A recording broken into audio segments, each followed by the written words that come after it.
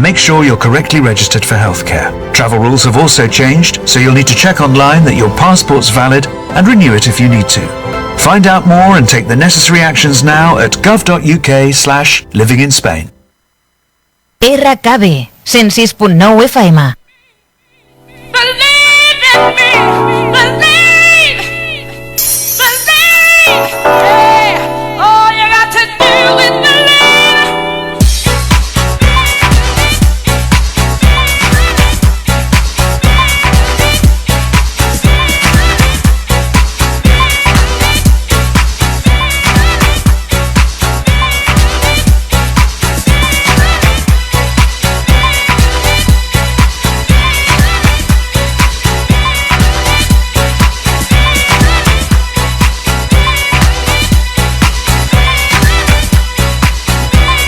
Baby, I hope you believe. Good morning, everybody. If it's a 3 minutes past Tuesday on the 18th, you are joining us here live on the club with Lucas Avram here at English Radio and Radio Canal Barcelona 106.9 FM.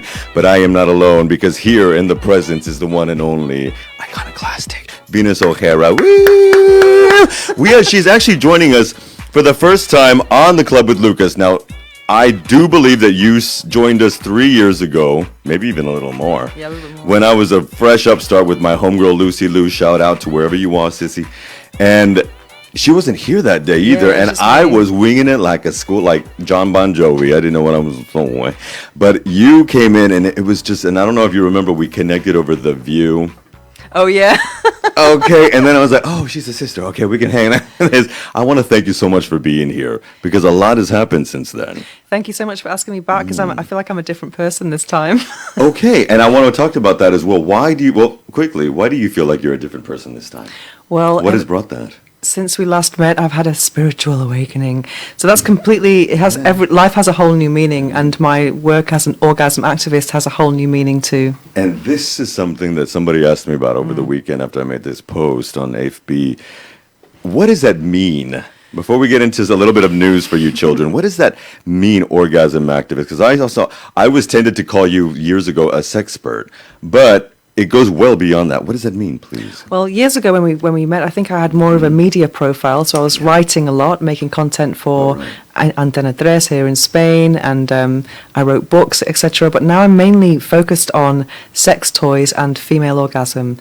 So an orgasm activist, and I also design as well. So I'm involved in development, design, promotion of sex toys, and my whole message is all about the orgasm, because there is this belief that women are less sexual than men, or less, but I believe that it's the opposite. I believe that women have way more sexual and orgasmic potential, so I'm here to deliver the message as an orgasm activist. As someone whose background is also in history, I think this goes back to, and I want to touch on that later on in the show, about why the suppression of women's sexuality or the women's orgasm, the feminine, the joy of the feminine orgasm has been parlayed to something in the corner. It's always been so focused on men.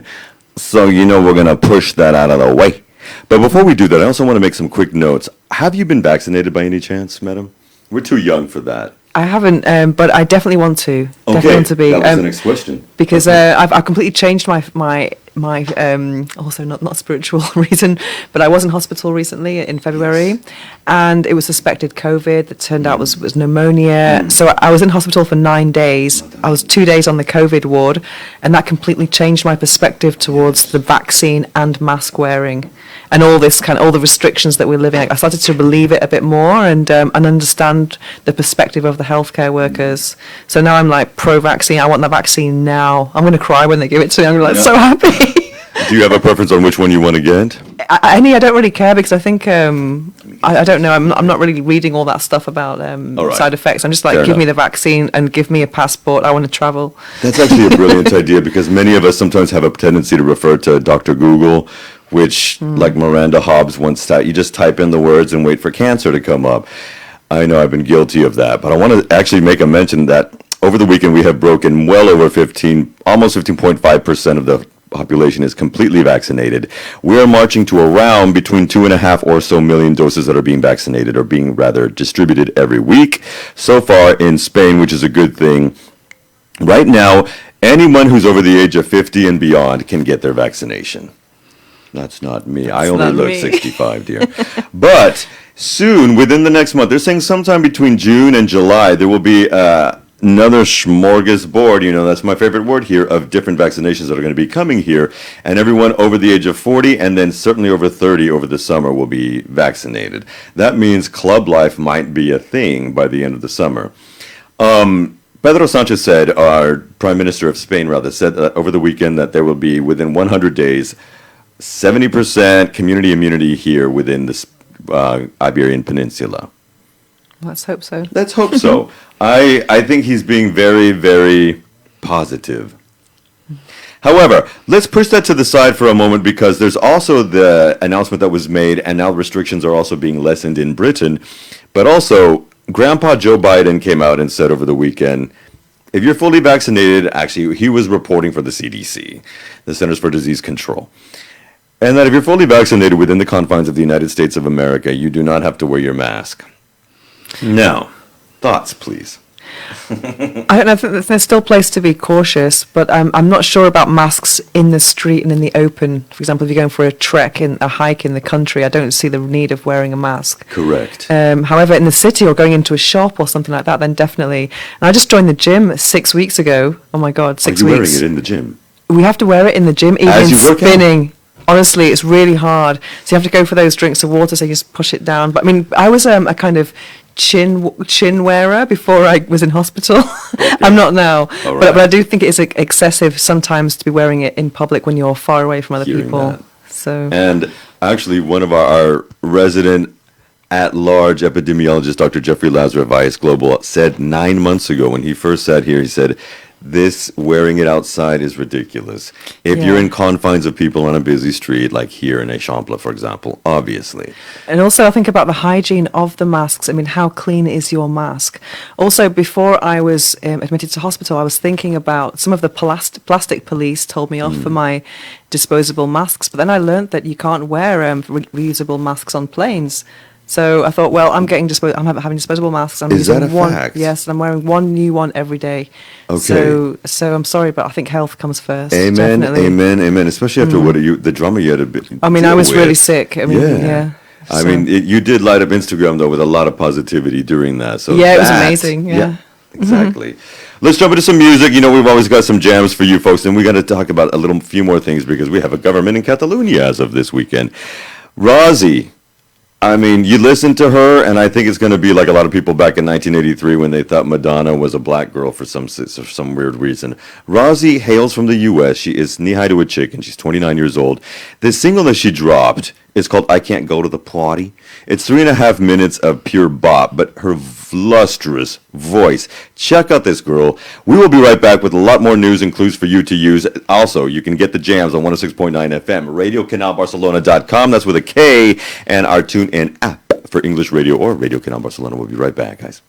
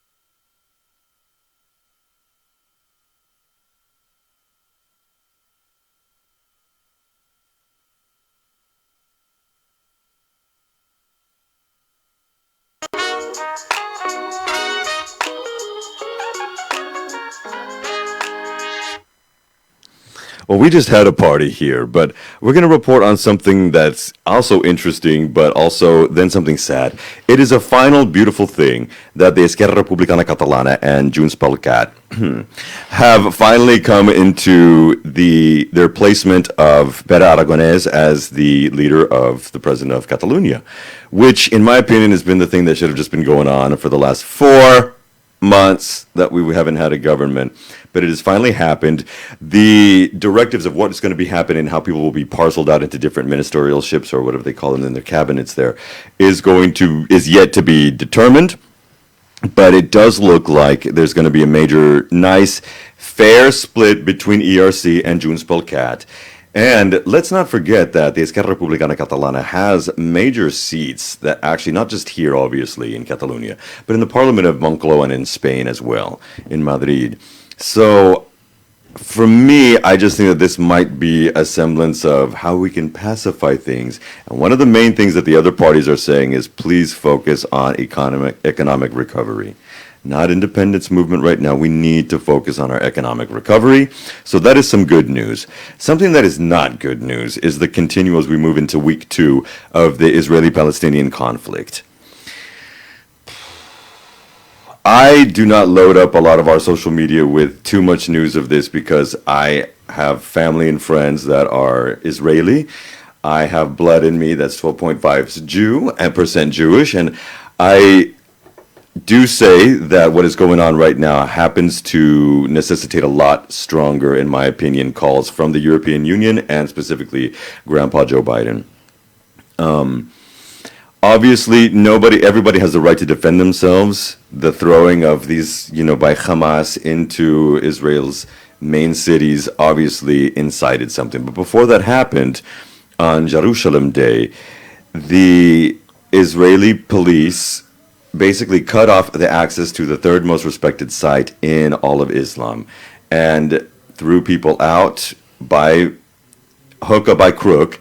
And this is what instigated young Palestinians retaliating against that. We have to remember that over 20% of Israel's population is Palestinian or Arab Muslims in their faith.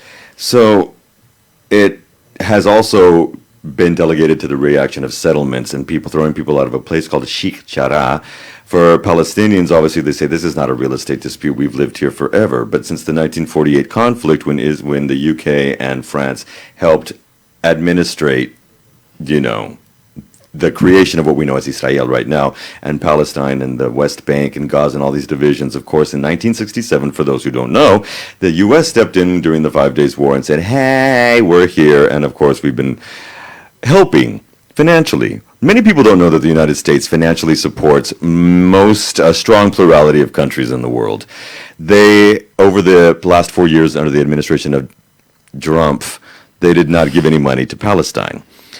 After Trump, Joe Biden recently, in the past few weeks, has released the $200+ million that they released to Palestine.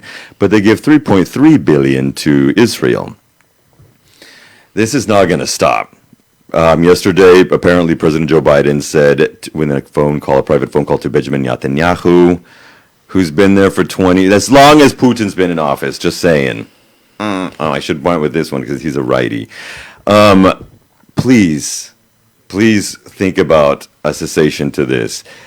Benjamin Netanyahu is not reporting on that. We, of course, will keep you updated on certain sites like Twitter. You can join us on Twitter at The Club W. Lucas, or, of course, at Instagram at The Club with Lucas. Now, I'm going to put that to the side because I think that's probably a safe place to put that there. And one more last thing.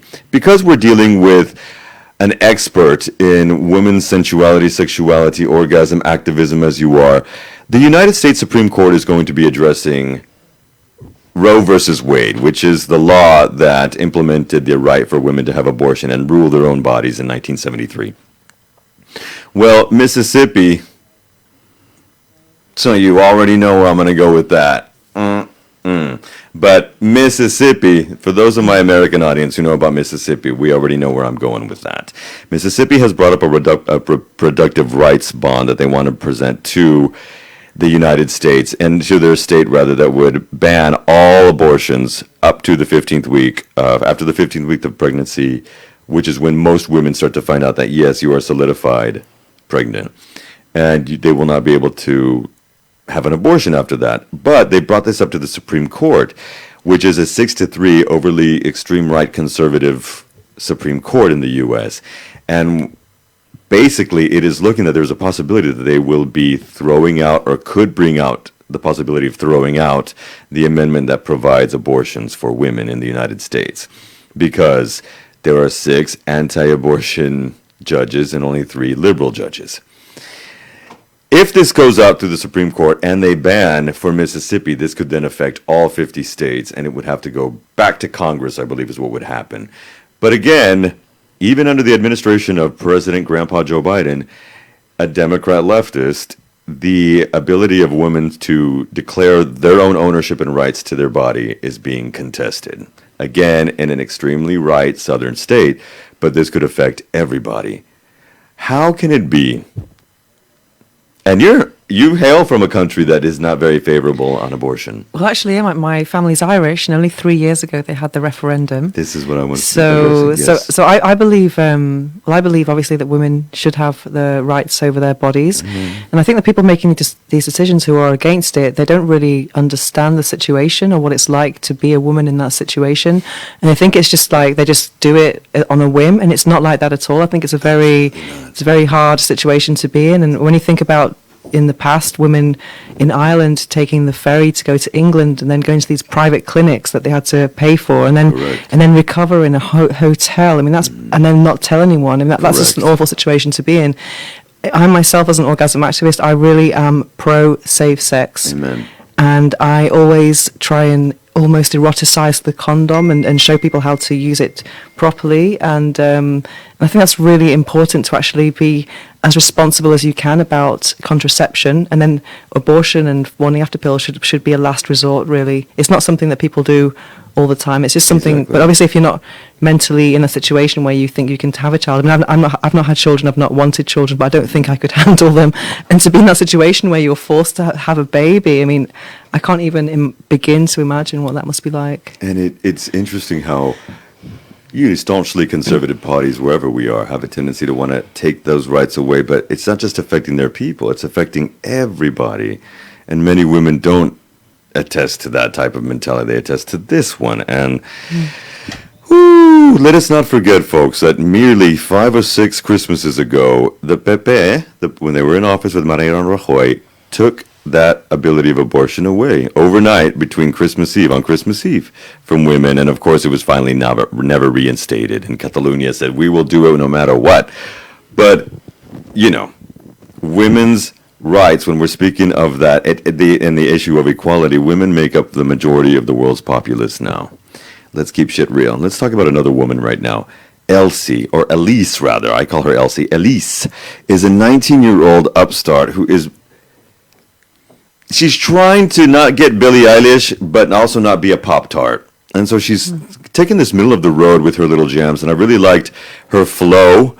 There is a choice word that you might not like. It's got 4 letters and starts with F. But the power of Christ compels me to tell you this. However, the song is called Fatal Flaw, and it is a bop, again, because we're only doing female bops today. And this is Elise with her new single, Fatal Flaw, and we'll be right back in 2.5 minutes.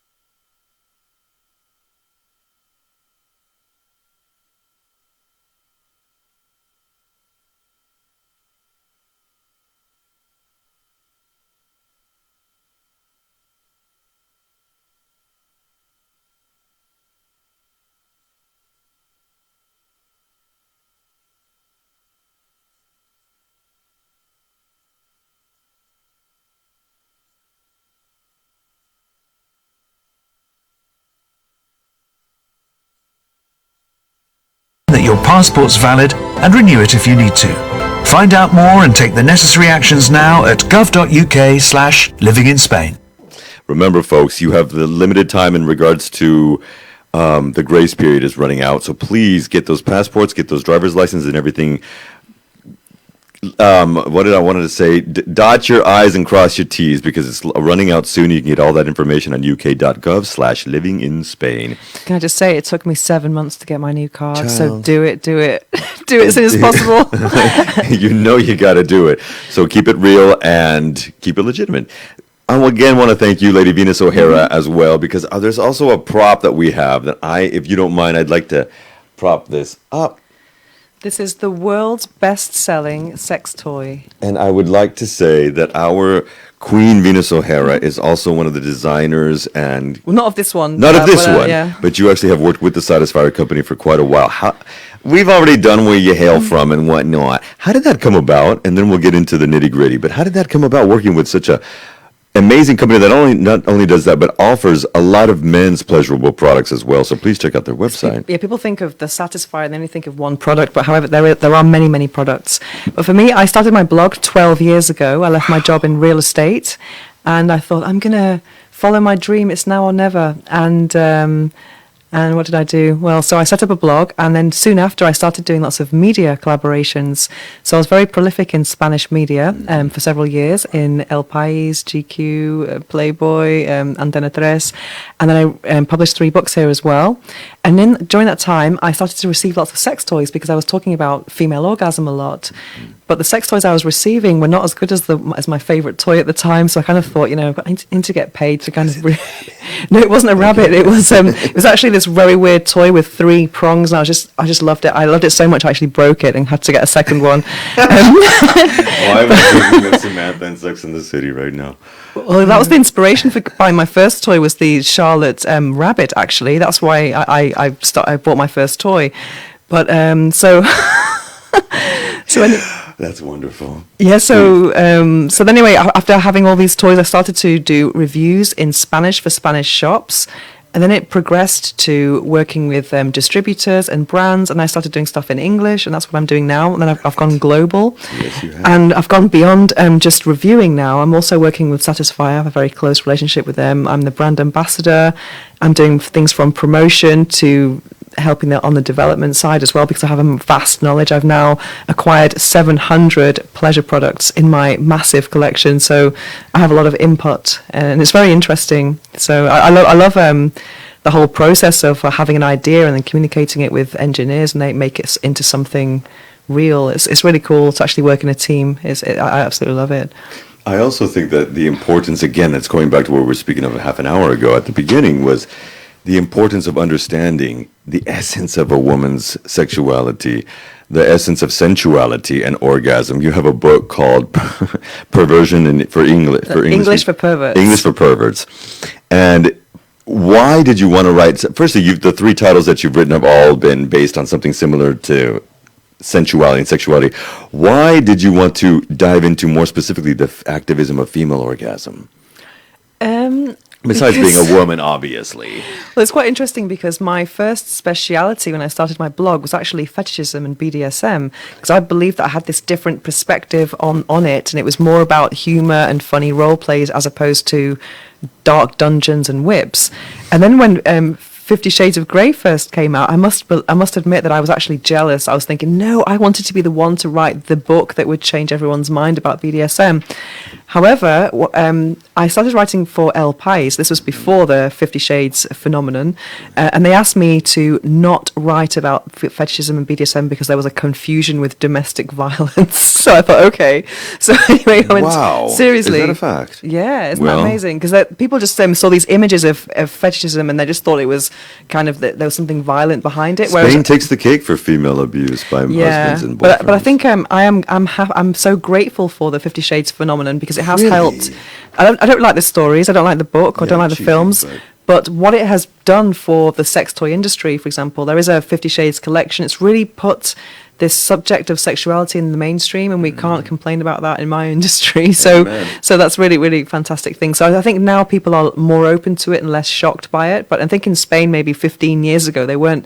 It was a bit weird. Sadomasochism was a bit weird, but not Exactly. now. I don't think that's the case now at all. I think also that this push for the usage and employment of sex toys and things of that nature for women also implicates that men don't do the job very well often. Now, I'm not saying that all men. I think that's a massive myth, and I think things are changing. Brilliant. It's a massive myth. Yeah, literally a massive myth. Because years ago, it depends if the toy's phallic or not.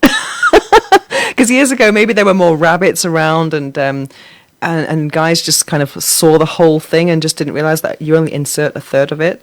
So I think some people might have felt intimidated, but I think now things have changed a lot. And I've actually lived this personally. I've had, guys saying, "Oh yeah, it's cool, you're a sex toy tester," and then they come to my house and they have floor pointers. You know what I mean? They can't get it up because they're just so intimidated by this massive collection. Whereas I've been with other people who just don't care and they think it's fantastic and they want to see toys, and they don't care, And also I have male toys to use with them and couples toys as well. So it really changes up the formula of sex, because most sexual encounters follow a very predictable formula, which is kiss, caress, undress, oral sex optional, penetration, male orgasm, over, game over. So it's, if you're doing that all the time. Why didn't I record that? That is so good. We'll do it in the song. So yeah, so that's how it is, and obviously people are going to get bored if you follow that formula over and over again. But my top tip would be to eliminate penetration from the equation, and then you're going to have a lot more creativity. Until what point? Just you could do it for a couple of weeks. Okay, and then because you can really see there are different things to enjoy. I remember I actually had a sapphic phase maybe about 10 years ago, and it really opened my mind, because there wasn't penetration, there weren't strap-ons, it was just a whole new way of having sex, and there was no game over part. It was like you, me, you, me, you, me, you, me. Oh my God, it's 10 o'clock. It was really funny. I'm loving that. I see it. I like it. I want it. There's this commercial that's been playing all over the world for the new Samsung flip phones. I don't know how that became a thing again, but here we go. This is a quick little ditty, and we're going to be right back because I do want to get into a whole lot more information with Lady Venus O'Hara. This is Shirley Ellis's I See It. I Like It. I Want It. And it's from the 60s, so it's our first TBT, Throwback Tuesday. We don't wait till Flashback Fridays up in here. And we'll be right back in 2.5 minutes.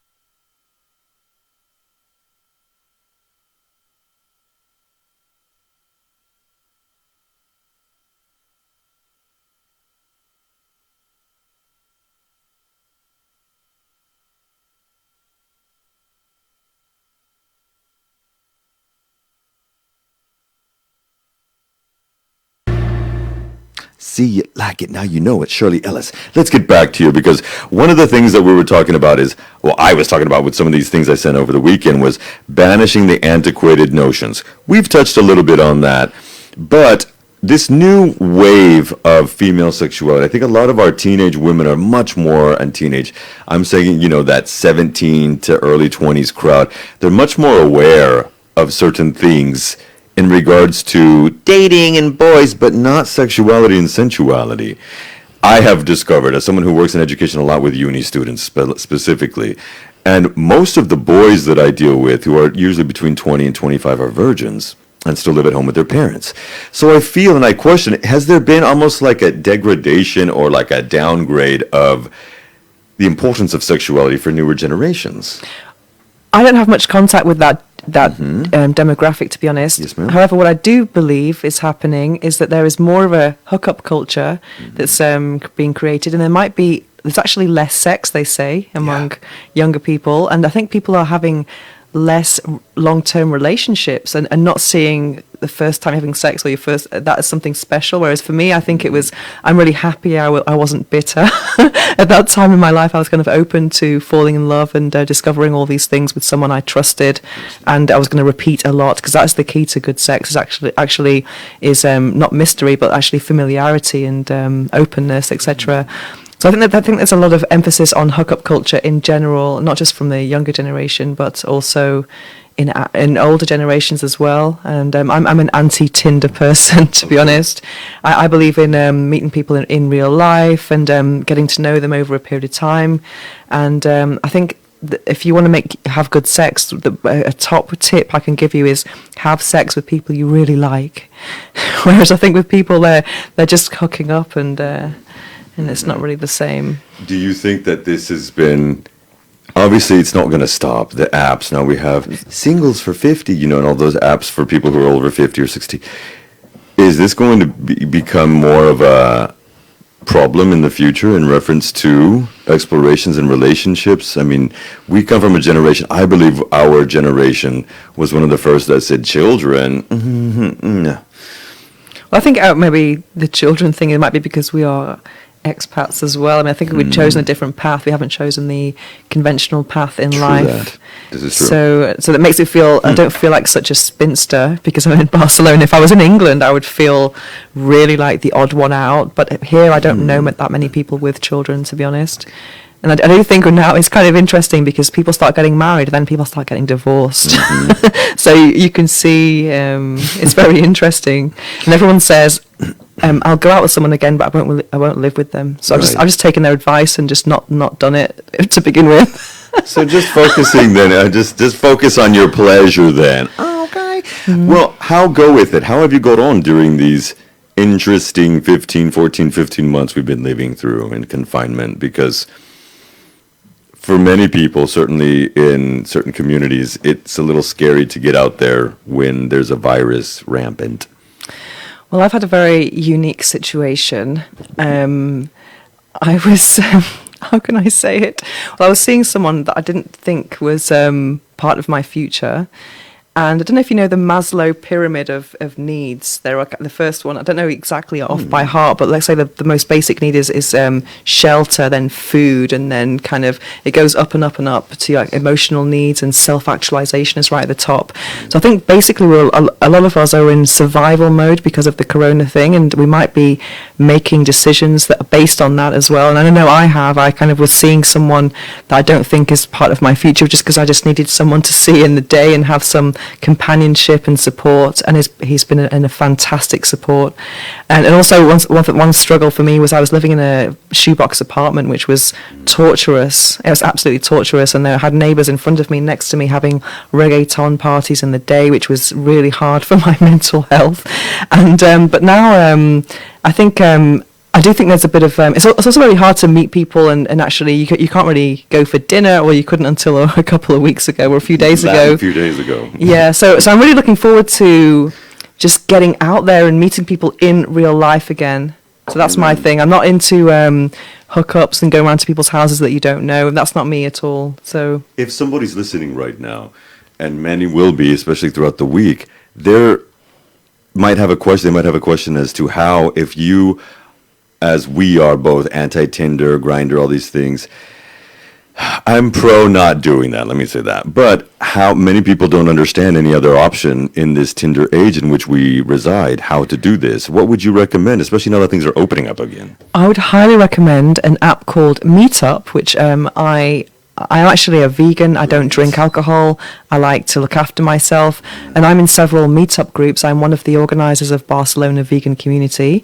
So it's just fantastic to actually be meeting new people that we have similar interests. So I'm always on Meetup looking for spiritual or kind of conscious events that where I'm going to meet other conscious people. And I think that's really important. Also, I go to the gym as well, and my gym has a kind of co-working area. So I'm always with people who have flexible schedules like myself and who might be a bit more into self-love rather than self-destruction in bars and stuff, which I'm not into at all. When we come back, we're going to throw in another ditty right now, but there's the issue in reference to that of, I would like to speak about the importance of educating the younger crowds, women and men, about the importance of their sexuality. We just touched on it in a little bit, but how important it is for younger people, like my kids in the studio, to really start understanding themselves and their sexuality, because I don't believe that, oh, I'm 17, I know how to touch myself, and now I know about my sexuality. The importance of that. I would like to throw that after we talk about addicted to what? This is Georgia Smith. We played her about a month ago because she's been dropping little EP Diddy tracks throughout the weeks. And Diddy, I mean Ditty, not Puffy. And I just love this girl's music. It's 3 minutes of beautiful R&B pleasure. This is Addicted with Georgia Smith, and we'll be right back with Venus O'Hara.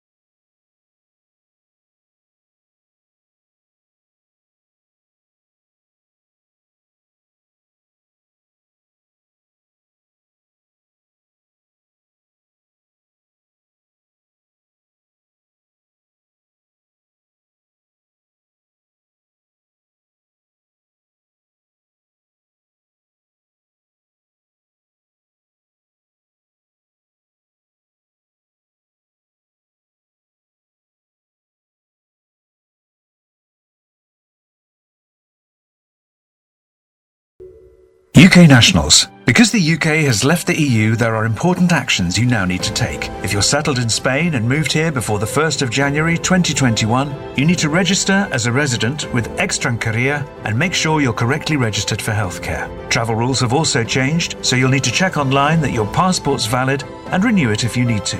Find out more and take the necessary actions now at gov.uk/livinginspain. All right, so you've got that information, folks.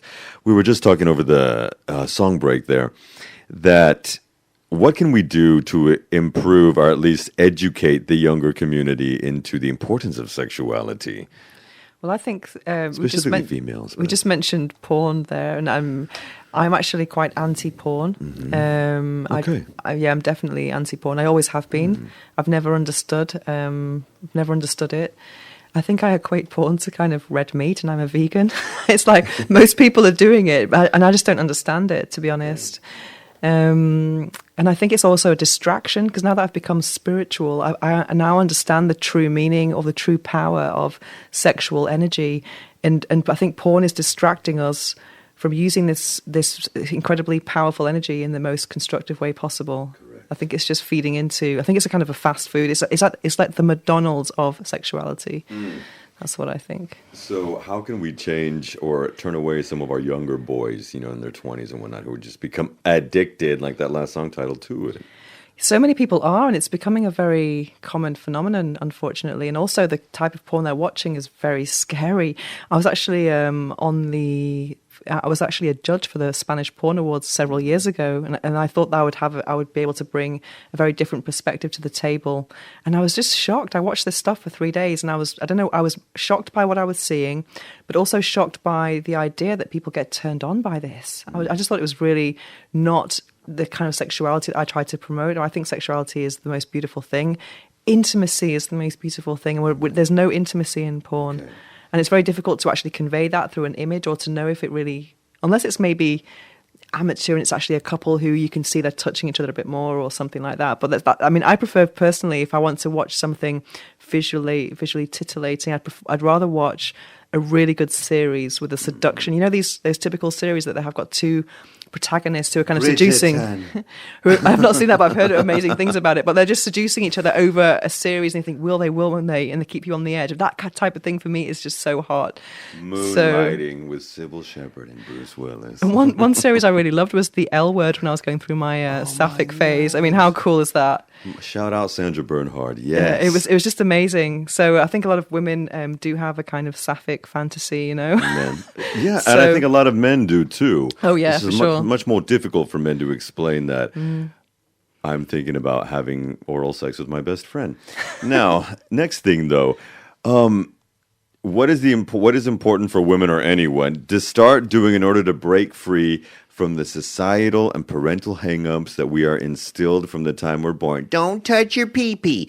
This is a we talk and we infantilize children well into their pre-adolescence. Well, one major tip, I am a linguist, so I think language is really important. Amen. Call things by their name. If you call people genitals by names that are not their name, it's instilling shame into a child. For example, why can't finger, elbow, arm, vulva, penis? It's that simple. Exactly. And I think if you take a group of children and let's say 5 years old, and you ask them to name different parts of their body, they're all going to say different names for their genitals. That's just a theory of mine. I've not tested it, but I assume that would be true. And also, when they get to a certain age, they will know that that's not the real word. So that will instill some shame. I know someone I was discussing this with, and he said that they told their daughter it was called the Auntie Mary. I mean, seriously, what?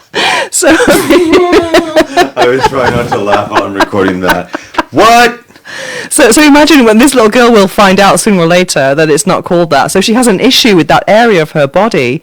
How you can say, hey, mummy, someone, whatever, my Auntie Mary's not doing too good today. I mean, it's not going to happen. She's going to know. Well, when Auntie Flo comes to town from Auntie Mary, there'll be a beautiful combination of the two aunties. And also, my liberation comes from the fact that I was actually brought up Irish Catholic, where you don't say the word sex. It doesn't exist in the vocabulary. And I'm going through therapy, and not because of that. Well, maybe, but I think. I kind of needed someone professional to say to me, sexuality is natural, whereas I'm from an environment or from an upbringing that told me it was anything but that. It was unnatural and it was perverse, and women are not supposed to have sexualities. They're not supposed to. How do we unlearn these things? In your opinion, become an orgasm activist in Spain. That's how I've done it. Exploring. But I'm just sharing my own experience Yes, and ma'am. message with the world, and I know that I've helped a lot of people. So I'm just trying to show a different side of sexuality, because people think there's either the virgin or the whore kind of phenomenon, and I think there's something in between. There's something that's healthy and sexual and sensual, and something that's sacred as well. So it's not just about marriage; it's about loving yourself first and foremost, and then being and looking for intimacy and pleasure. I mean, that's really important as well. Not just to do something because you want love or some kind of affection or attention. You should be thinking about your own pleasure and sharing an intimate moment that you're going to remember, and it's going to make you tingle when you remember it. Speaking, apart from pleasure, what are things and or people that inspire you in the day-to-day? In the day-to-day? Or in life in general? Oh, I don't know. That's a difficult question. I don't know. I don't know, because I'm watching a lot of things from different areas in life. I mean, I'm kind of into lots of spiritual influences right now, but I don't think anyone is perfect. I don't know. I don't really know. I can't really say. So, sexuality inspires you? Sensuality? Our topics? Perversion? Yeah, not perversion so much. It's really interesting because I used to be really into BDSM and fetishism, but then when I became spiritual, I completely lost interest in that, because I was really into femdom and being the dominant woman. I think more when you accepted you were always spiritual. You just accepted. Definitely, but I think my BDSM stage might have been partly to do with my ego. Like, do you know I'm here? I'm here. Take notice of me, adore me, and all that.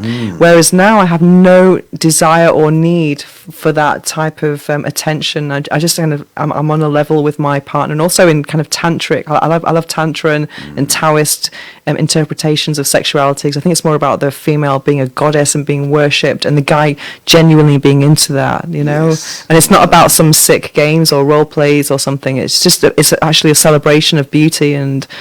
I'm not just talking about physical beauty, it's about the beautiful act of sex, which is just so wonderful. Amen. And necessary and healthy. It's part of an adult's healthy lifestyle. What is, to bring into the thing before we start wrapping up, what's next down the pipeline for Venus O'Hara? What's next in your projects? Well, I am developing some more lifestyle content. Because my life is not just orgasmic because I have 700 sex toys. I actually had an interview with someone from Cosmopolitan Brazil a few years ago, and the detail she remembered most of my life was I get up without an alarm, so I wake up naturally every morning. I have a no alarm life, and this woman who was late to our interview because she was in traffic, so that really spoke to her. And I thought, you know what, I need to start making some lifestyle content. So now I'm working on the orgasmic lifestyle, which is to do with minimalism, spirituality, debt freedom, every day is a climax, and then more spiritual kind of sexuality, veganism, and sport, and just really self-love. Really, I see myself as a goddess of self-love, and I really want to promote self-love and also self-love budgets, using money to actually pamper yourself rather than destruct on with alcohol and drugs and stuff. You know, it's just How can really. people get a hold of you? Where can they find this information? You can follow me on Instagram at Venus O'Hara, or on my website venusohara.org. Perfect snapshots, y'all. Okay, you've got yourself at 16. Y jefe, we're only going to have solo tiempo para la última canción. No. La penúltima, por favor, de Roisin Murphy. Thank you, my love. Oh yeah, from Manchester. Cool. Oh, you already know. Yeah. And she's Irish too. Yeah, exactly. Just like me. And So- my sister. That you have yourself at 16. Give yourself some advice.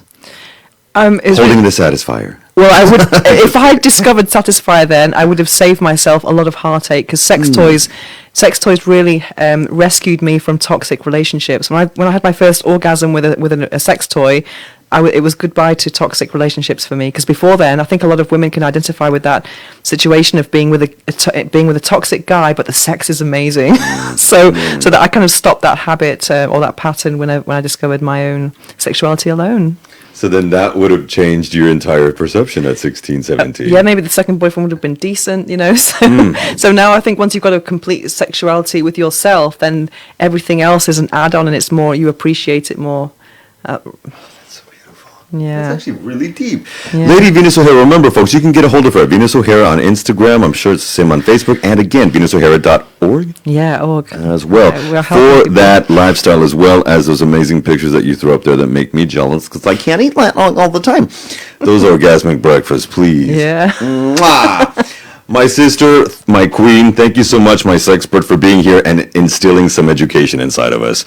Next week, we're going to continue the theme, but we're going to be dealing with Lady Ann Cat before she flies off to Colombia. Who is that? She's an activist and an anti-racism teacher. So we're going to have a lot to talk about with her next week. Folks, we're going to leave it with I don't know if they're ex anymore, but the lead singer of Moloko. This is Roisin Murphy with one of her last tracks from her last record, which get dropped last year. And this one is called I Don't Know Why I Did That.